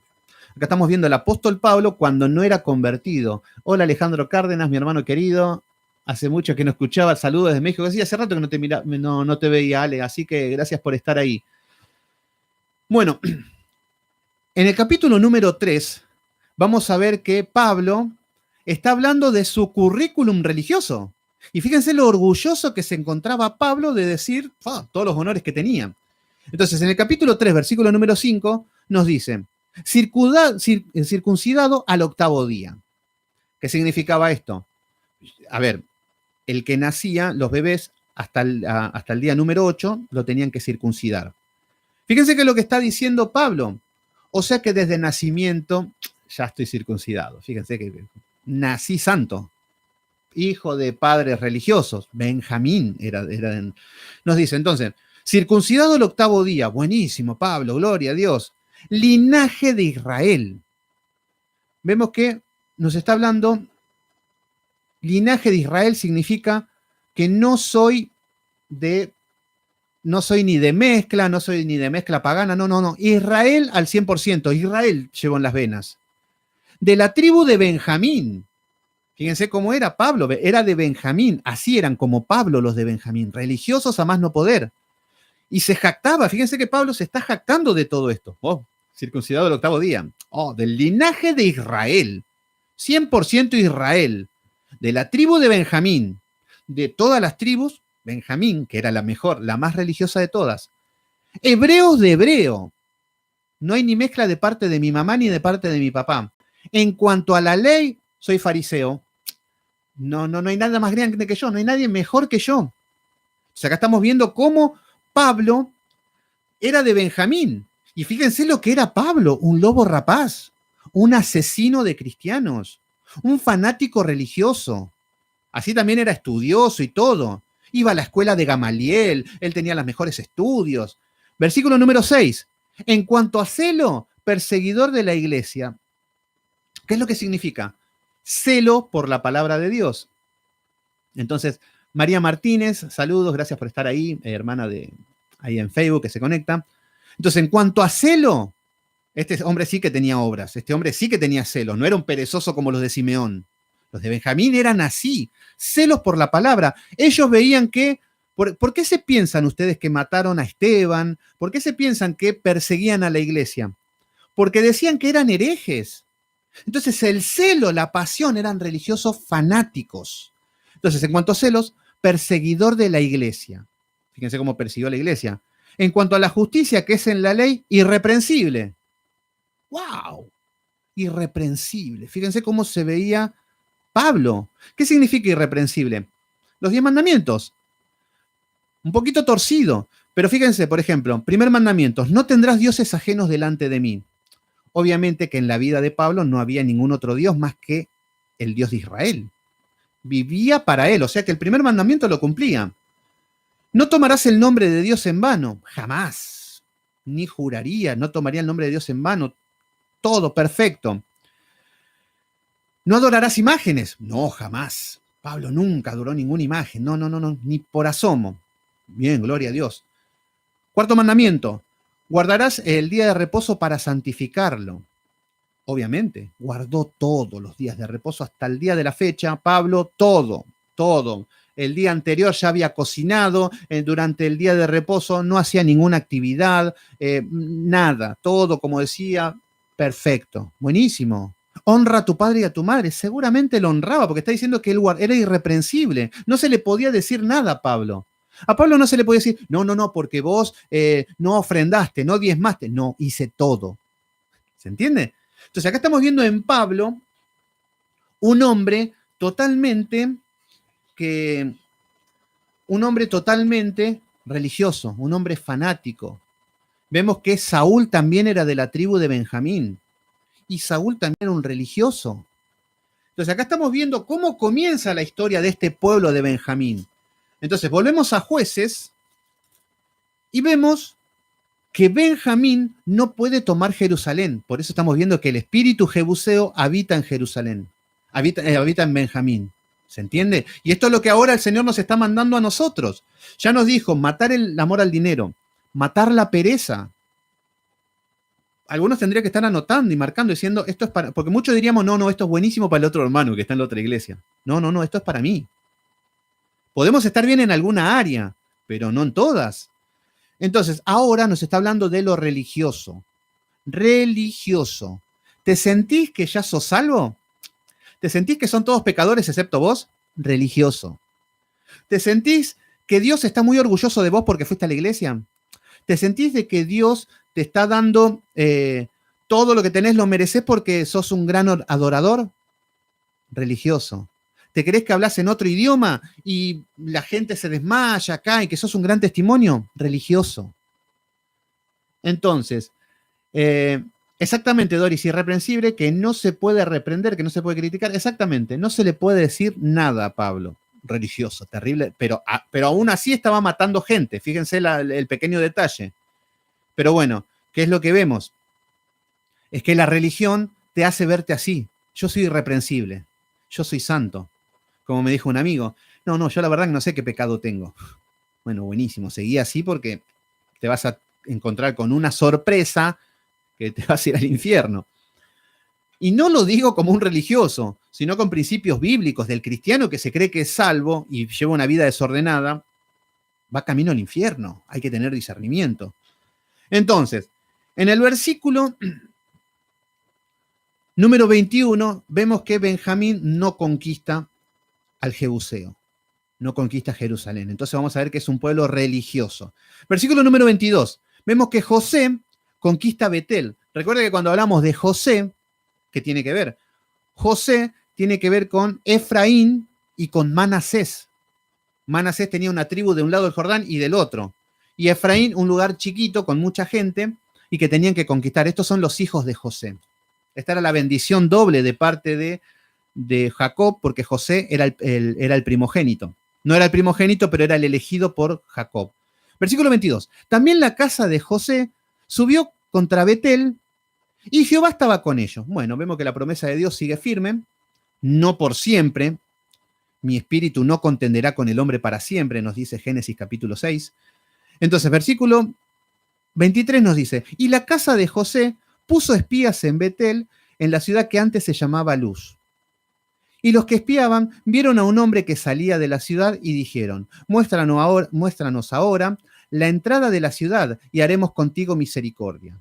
Y él le mostró la entrada de la ciudad y le hirieron a filo de espada, pero dejaron ir a aquel hombre con toda su familia. Y fue aquel hombre a la tierra de los Eteos y edificó una ciudad, la cual llamó Luz. Y este es su nombre hasta hoy. Bueno, acá estamos viendo que los hijos de José nos muestran una estrategia de que llevaron espías, estaban atentos, estaban viendo cómo atacar. Esto es estar velando, es estar despiertos. Entonces vemos que vieron la estrategia, que vieron un hombre, dónde era la puerta, dónde era el lugar de entrada. Cuando este hombre le dijo, fueron y tomaron. Hicieron con este hombre misericordia. Y ahora vamos a ver, sí, vamos a terminar este capítulo, porque quiero ver el capítulo número 1, mañana vemos el capítulo número 2. Ahora vamos a ver muchas riquezas ahora. A partir de ahora vamos a empezar a ver todo lo que tiene que ver con, ya empieza el deterioro. Ya empieza, hasta acá vemos que más que mal están derrotando. Vemos que los hijos de José, bueno, conquistaron Betel, vemos que Simeón también, Judá también, Benjamín ahí, pero bueno, religiosos, no pudieron conquistar los jebuseos. Y ahora vemos lo que tiene que ver con la extensión de las conquistas de Manasés y de Efraín. Acá vamos a ver qué es lo que conquistaron y a medias. Acá ya empieza la debacle total. Versículo 27. Tampoco Manasés, fíjense, acá empieza el tampoco ya. Fíjense cómo arranca ahora la decadencia. Tampoco Manasés arrojó a los de Betel. O sea que acá estamos viendo Betel, que nos está hablando de que era el lugar llamado Luz. Bueno, vemos que no conquistan Betel, ni a los de sus aldeas. Ahora empezamos a ver no conquista nada, no hiciste nada. No. Este es el cristiano que no ora, no orás, no ayunás, no buscás de Dios, no querés santidad, no querés obediencia, no sos prudente, no querés buscar la santificación. No, ni. Es el típico cristiano que vive sin hacer nada. Entonces acá Manasés vemos que no tomó Betel ni sus aldeas, dice, ni Tanac y sus aldeas, ni los de Dor y sus aldeas, ni los habitantes de Ibleam y sus aldeas, ni los que habitaban en Meguido y sus aldeas, y el cananeo persistía en habitar en aquella tierra. No hicieron nada estos muchachos. Y ahí tenemos el cristiano que lo único que hace va el domingo y se sienta en la iglesia. Ah, qué lindo, la gloria de Dios, sí, qué bonito. Va a su casa y sigue su vida como un impío total. Pero eso sí, se pone el título de hijo de Dios. Entonces, esto es lo que nos está diciendo el Señor ahora. ¿Somos como Manasés que no conquistamos nada? Somos como Manasés, que no conquistamos ni una aldea ni nada. ¿Qué significa esto? Seguís con el mismo carácter, que no lo corregiste nunca. Seguís odiando a tu papá. Seguís odiando a tu mamá. Seguís murmurando contra todos los que se te cruzás. Tenés espíritu de codicia, de inmundicia, de lascivia. Seguís con todos los problemas iguales. Bueno, ahí estamos con Manasés y con Efraín. No conquistaste esto. Y esto es cuando decimos, hermanito, hagan de cuenta que yo soy un pastor. Venga acá, siéntese acá, maestro. ¿Usted cuántos años tiene, hermano, en Cristo y en la iglesia? 12 años, pastor, acá estamos. Bueno, como pastor tendría que decirte, mirá, Juanito, no hiciste esto, no serviste, no caminás en santidad, no dejaste a tu noviecita, no servís, no colaborás, no cooperás, sos piedra de tropiezo. Siempre donde estás hay conflicto. Llevas un espíritu de vagancia. No, ni. Y le sacamos una lista. Ese es el rol de un pastor, lo que debería ser. Corrige lo deficiente, le dice Pablo a Tito en Tito 1:5. Corrige, para eso te dejé en Creta, para que corrigieses lo deficiente. Entonces acá estamos viendo este típico cristiano, pero el tipo se va al cielo, ¿eh? Cuando allá se pase lista, este es el primero que dice, amén, amén, amén, yo me voy con el Señor, ¿eh? Entonces, esto espero que ni por asomo seamos este tipo de cristianos. Obviamente que tenemos cosas que corregir, obviamente que tenemos cosas que solucionar, que hasta son privadas y hasta muchas son vergonzosas y todo bien. Y la estamos luchando conforme a la palabra, gloria a Dios. Porque esto no es un objetivo de que vamos a ser santos y caminamos de punta en blanco. No. El problema es si caminamos como Manasés y Efraín, que no conquistan nada, que llevan 40 años en Cristo y su vida sigue igual. Nunca tuvieron un ministerio, nunca encontraron un don. Yo no sé qué don tengo. Yo la verdad que yo fui llamado para ser vago. Ese es mi don. Bueno, Efraín y Manasés. Entonces vemos que el cananeo, acá estamos viendo que el amor al dinero, persistía en habitar en aquella tierra. Ellos seguían. Manasés y Efraín seguían con el amor al dinero, seguían con el amor al mundo. Y yo lo veo en los religiosos. Veo todas las iglesias que aman el mundo. Aman ser como Marcos Witt. Aman que venga un pastor famoso para que sea famosa la iglesia. Aman tener mucho sonido, mucha pantalla, mucha exuberancia para que digan, wow, qué iglesia maravillosa. Aman los modelos religiosos como Hillsong y como todas estas bandas de herejes que andan por ahí, que son todo confort. Y la gente ama todo eso. Aman a los famosos. Yo hablo con gente y aman a los políticos famosos, aman a los músicos, aman el mundo como nadie. Bueno, ahí están los cristianos que vemos que el cananeo persistía en habitar en aquella tierra. Entonces, cuando ven un cristiano que ama el mundo, ama el mercader del mundo, ama los negocios, ama el dólar, ama todo lo que es riquezas, codicia, dinero, bueno, el cananeo persiste en habitar en aquella tierra, no conquistó nada esa persona. Versículo número 28. Pero cuando Israel se sintió fuerte, acá estamos viendo que cuando toman fuerzas, hizo al cananeo tributario, mas no lo arrojó. ¿Qué es lo que está diciendo? Este pueblo de los hijos de José, Benjamín y, Manasés y Efraín, siempre me confundo, Efraín con Benjamín, pero acá está hablando de los hijos de José. Lo que está diciendo ahora, cuando tomaron fuerzas, ¿qué significa? Cuando tomaron fuerzas, se asentaron, se armaron de guerra, todo, y fueron a luchar, vemos que se hizo fuerte, pero lo hizo tributario. ¿Qué significa esto? Que el cananeo pagaba un impuesto, un tributo al pueblo de Benjamín, al pueblo de Efraín y al pueblo de Manasés. Entonces, pero dice, más, no lo arrojó. ¿Qué significa esto?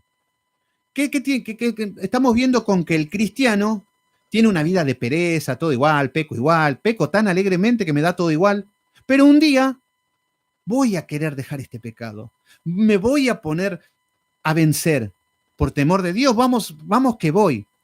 Ahora, lo que está diciendo es que no lo venció, no lo arrojó, no lo mató, sino que lo hizo tributario, seguía ahí.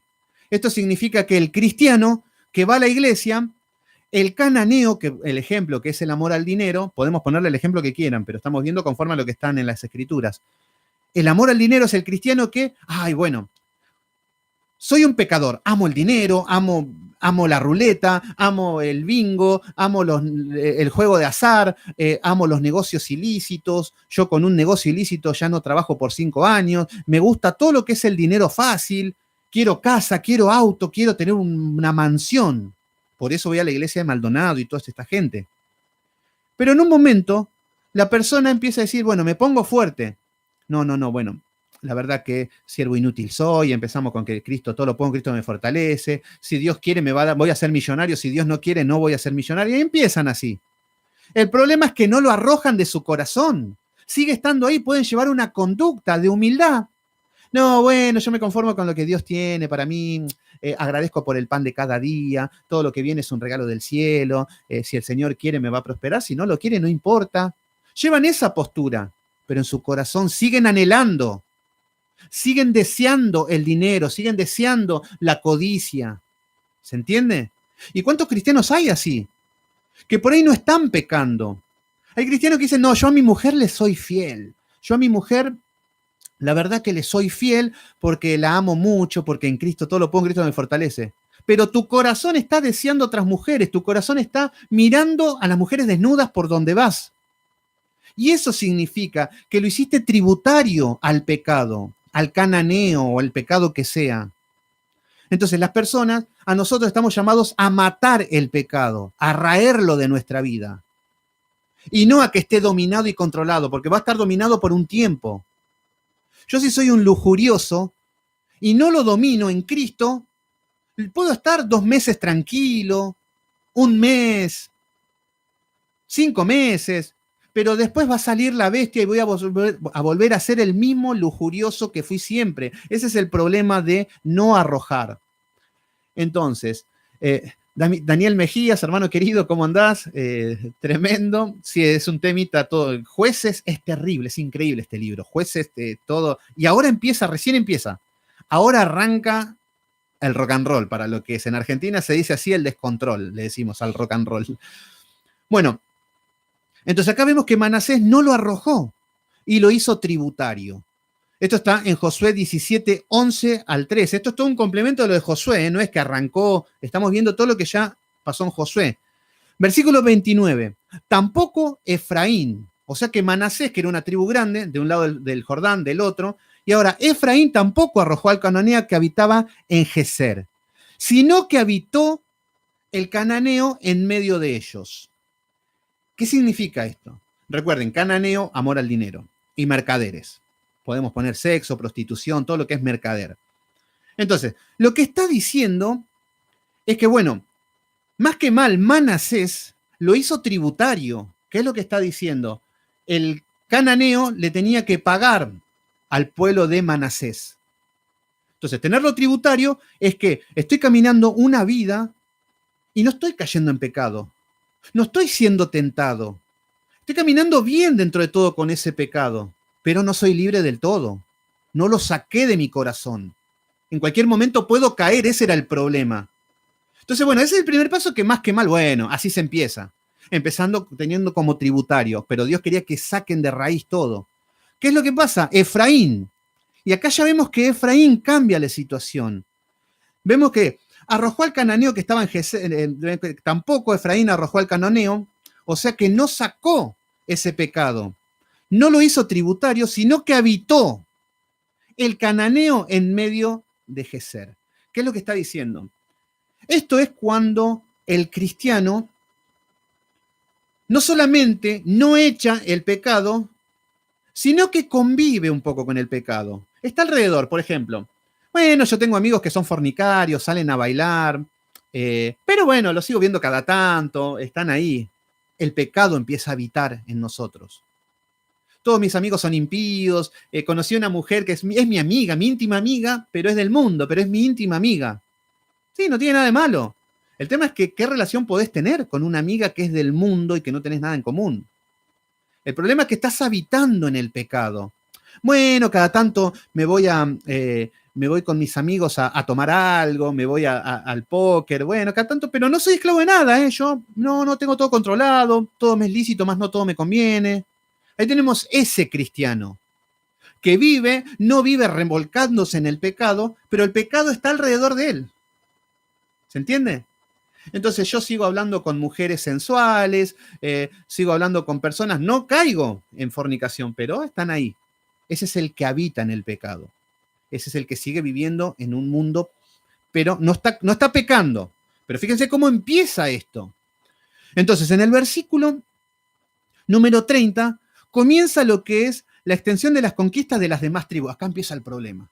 Fíjense cómo Judá arranca bien, hasta Simeón, que estaba a los estirones, porque estaba con Judá, a la fuerza fueron a pelear, pero iban bien.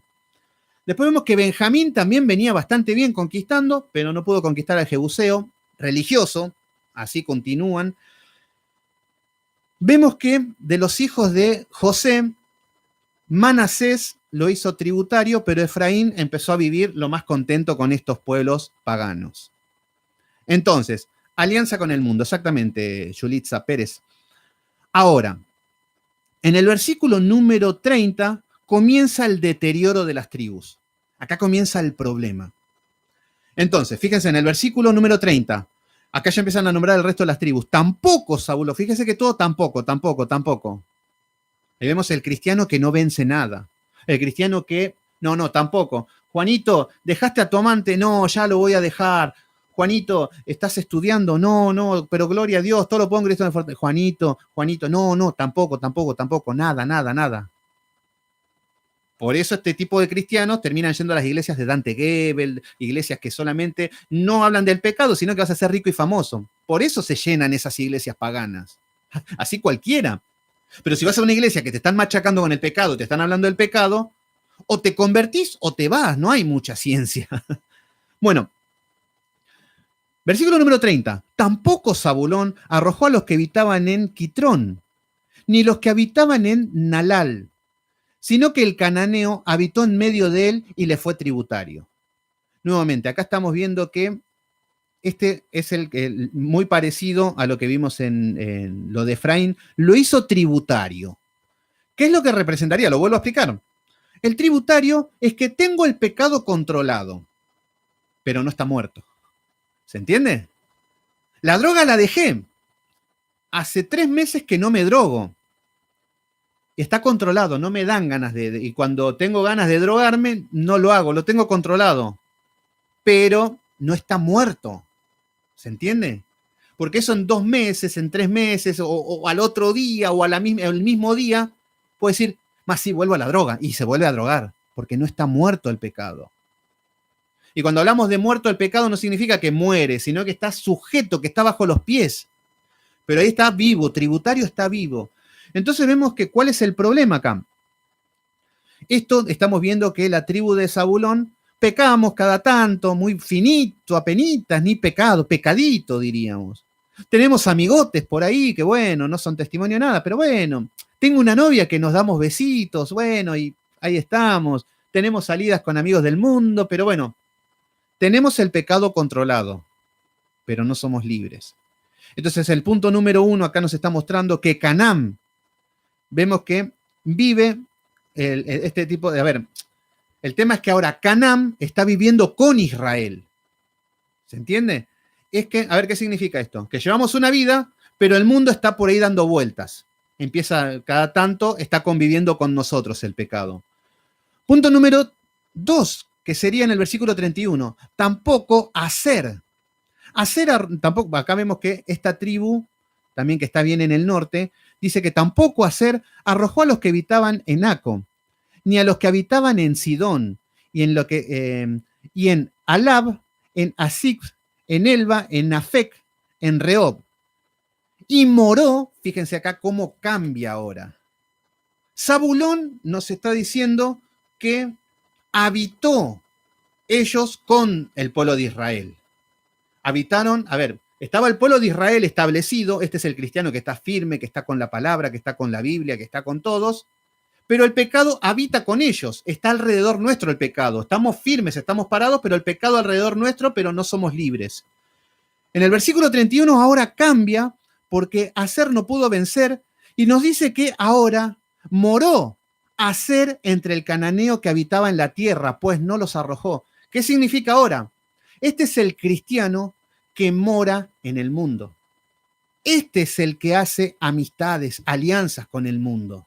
Acá ya tenemos el cristiano que está en la iglesia, lleva una vida religiosa, pero habita en el mundo. Su hábitat es el mundo. Está en el mundo, No, no, no, yo no peco, no fumo, pero estoy ahí en el medio de los pecados y ya está conviviendo. Está más en el mundo que en la iglesia. Esto es lo que estamos viendo con los de Aser. Por eso dice que, y moró Aser con los cananeos. ¿Esto qué significa? Esto es vivir en pecado. Vivir en el medio del mundo, viviendo en el mundo, haciendo alianzas con el mundo. Entonces, Israel vive en Canaán. Ahora es diferente, porque Israel es el que va a Canaán. Somos nosotros que vamos al mundo, somos nosotros que estamos en el medio del pecado. Versículo número 33. Tampoco Neftalí. Fíjense, acá ya empieza la decadencia. En el capítulo número 2 arranca con todo, así que mañana con todo. Tampoco Neftalí arrojó a los que habitaban en Bet-Semes, ni los que habitaban en Bet-Anat, y moró, fíjense, acá estamos viendo que otro más que moró, sino que moró entre los cananeos que habitaban en la tierra, más le fue tributario los moradores de Bet-Semes y los moradores de Bet-Anat. Entonces acá estamos viendo nuevamente, no los arrojan, pero siguen viviendo. Entonces, ¿qué estamos viendo? Que sigue viviendo en el medio del pecado, pero lo hizo tributario. Entonces acá lo que estamos viendo es que vive entre medio de pecadores. Esto es lo que significa. Acá, recuerden que estamos hablando ahora, ¿cuál era el pueblo este? Tampoco arrojó a los habitantes que habitaban. Ahí está. Ellos no dejaron el pecado, sino que empezaron a vivir en el medio del pecado. Son personas que conviven con los pecadores. Y ahí vemos los cristianos. Que como les dije una vez, que una vuelta una mujer me estaba hablando mucho de la Biblia, de Dios, listo, gloria a Dios. Y al otro día la veo en un kiosco a la madrugada. Muchos me dirán, ¿qué hacías ahí? Bueno, le fui a comprar una medicina para mi nena que le dolía la muela. Atendía toda la noche y estaba toda pintada, toda con minifalda y con 4 o 5 cervezas y en una moto. Y me miré y se quería morir. Pero bueno, ¿qué significa eso? Que mora en el pecado, que vive entre pecadores. Y ahí tenemos el cristiano. Fíjense qué tipo de amistades tienen. Fíjense qué hacen sus tiempos libres. Fíjense y van a ver qué es el mundo. Que están tan contentos con el mundo, tan contentos yendo a la cancha, insultando, hablando con palabras groseras, siendo mal testimonio, mirando mujeres, buscando la oportunidad de adulterar. Entonces ahí estamos viendo que mora entre el cananeo. Versículo número 34. Y acá vemos que esto es lo triste cuando persistimos en vivir el pecado. Todas estas etapas tenemos para vivir en el pecado. Caminamos en pecado, bueno, un poquito. Bueno, todas estas etapas concluyen en esto, la tribu de Dan. ¿Quién era la tribu de Dan? Vamos a ver Génesis 49 para ver un poquito. Vamos a ver, ya estamos terminando, así que fíjense en Génesis 49, versículo 16, Dan juzgará a su pueblo como una de las tribus de Israel. Será Dan serpiente junto al camino, víbora junto a la senda. ¿Qué vemos? Dan, serpiente junto al camino, que muerde los talones del caballo y hace caer al jinete. Entonces lo que vemos es que esta tribu maldita, esta es una tribu que acá vamos a ver por qué, porque cuando se divide en las tribus, vamos a ver que hacen un templo de adoración en un becerro para adorar en la tribu de Dan, para que no vayan a Jerusalén. Entonces, acá vemos que en el versículo 34 nos dice que los amorreos, ¿quiénes eran los amorreos? El amorreo era el orgullo, la soberbia. Los amorreos eran pueblos que vivían en las alturas, que tenían murallas, que eran guerreros. Entonces nadie los conquistaba, nadie los invadía. Entonces ellos se creían que eran inmortales, ellos se creían los mejores, miraban a todos con desprecio, arrogantes, soberbios. Y esto es otra cosa que tenemos que matar, el orgullo, la soberbia. Yo sé que a muchos de nosotros, ay, amén, amén, gloria a Dios, gloria a Dios. Los exhortamos un poquito, usted no tiene amor y se fue para otra iglesia. Esto estamos acostumbrados a ver, porque hay orgullo, porque hay soberbia. A nadie les gusta que nos digan qué tenemos que hacer. Bueno, hay que matar ese orgullo, hay que matar esa soberbia. Entonces acá estamos viendo que los amorreos representan el orgullo, representan la soberbia. Por eso dice, los amorreos acosaron a los hijos de Dan. Entonces vemos que Dan, lo que predominaba un poco era el orgullo, la soberbia, la prepotencia. Entonces los amorreos acosaron a los hijos de Dan hasta el monte y no los dejaron descender a los llanos. ¿Qué estamos viendo? Ahora es todo lo contrario. Fíjense cómo en Dan se cambió la historia del libro de Jueces ahora. ¿Por qué? Porque hasta el momento era, vayan a conquistar, vayan a conquistar. Empiezan con Judá, con Simeón, conquistan. Después siguen con Benjamín, bueno, ahí más o menos. Después siguen con los hijos de José y ya casi no, conquistamos pero casi nada. Y ahora ya estamos viendo los otros que ya no conquistan nada. Ya empiezan a morar con los pecadores, ya empiezan a vivir con el pecado. ¿Y cuál es el problema? Es que ahora los amorreos, ellos empezaron a perseguir al pueblo de Israel, todo lo contrario. Ahora empiezan a oprimir los amorreos a el pueblo de Israel. Por eso dice que los amorreos acosaron a los hijos de Israel hasta el monte. Ahora se invirtió la situación. Y no los dejaron descender. ¿Qué es lo que significa esto? Versículo número 35. Y el amorreo persistió, el orgullo, persistió en habitar en el monte de Eres, en Ajalón, en Salbim, para cuando la casa de José cobró fuerzas, lo hizo tributario. Pero lo que estamos viendo es que los persiguieron y no los dejaron avanzar. Fueron invadidos. ¿Cuál es el problema?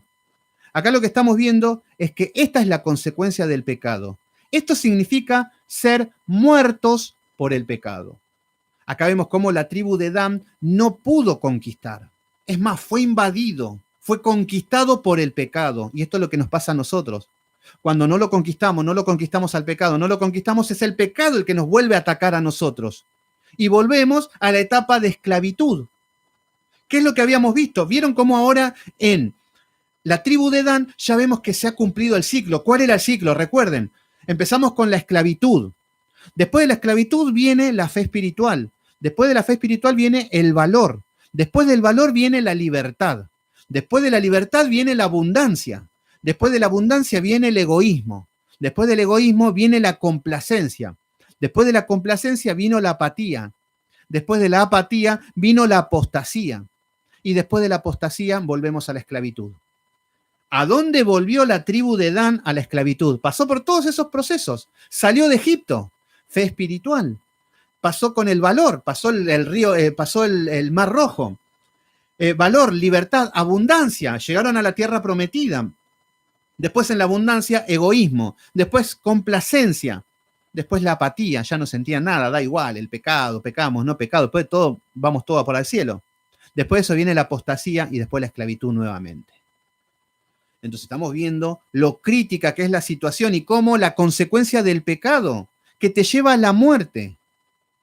Espero que ninguno de nosotros estemos en esta situación de muerte por el pecado, que ya nos haya consumido el pecado, que ya llevamos una vida totalmente contaminada, lejos de Dios, viviendo como queremos. Vendemos la religión también para agregar más pecados a nuestros pecados. Pero acá vemos que el amorreo persistió. Después en un momento nos dice que cobró fuerzas, pero lo hizo tributario, pero ya estaban derrotados. O sea que ya arranca mal la tribu de Dan. Y acá nos viene a hablar acerca del límite, versículo 36. Y el límite del amorreo fue desde la subida de Acrabín, desde Sela hacia arriba. Bueno, geografía. Ya lo dejamos atrás, la geografía. A lo que vamos es que ahora es el amorreo el que empieza a conquistar y no el pueblo de Israel. Y acá lo dejamos hasta el día de hoy.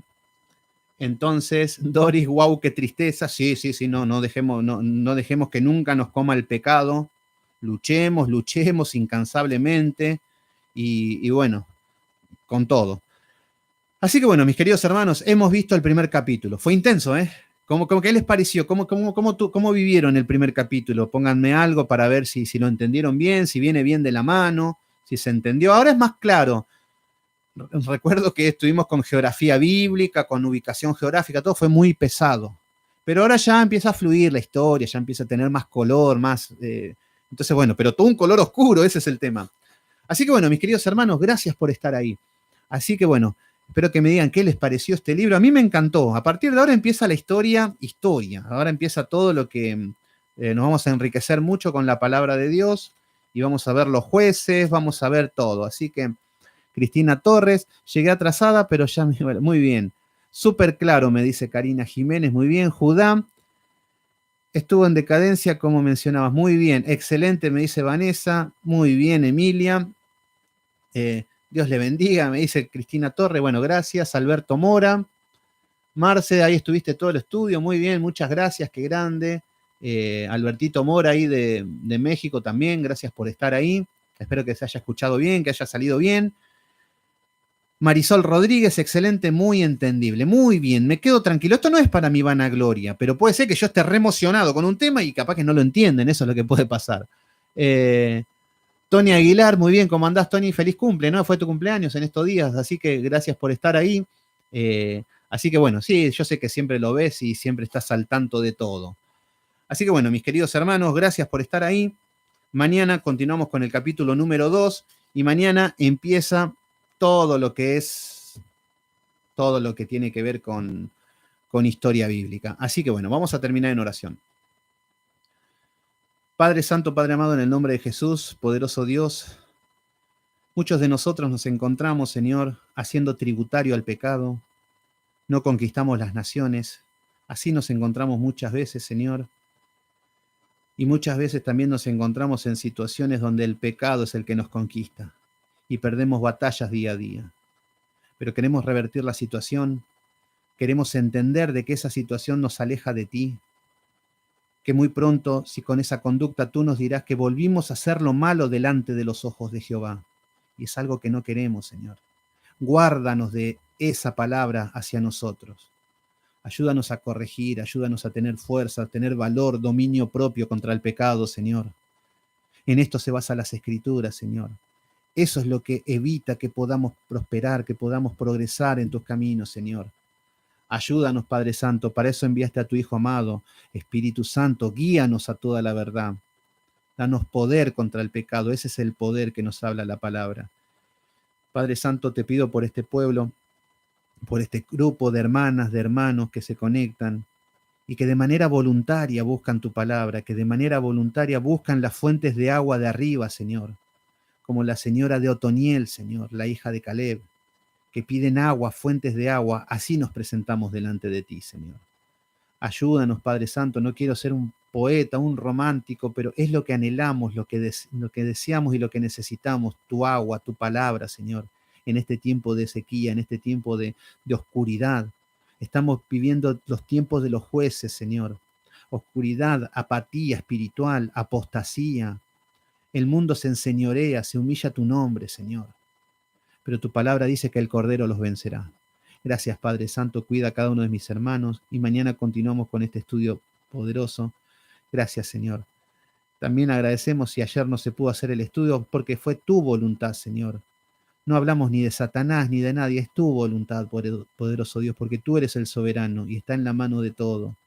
Te pedimos por mañana, Señor, por eso no nos gloriamos en el día de mañana. Si tú quieres, haremos el estudio y nos seguiremos edificando.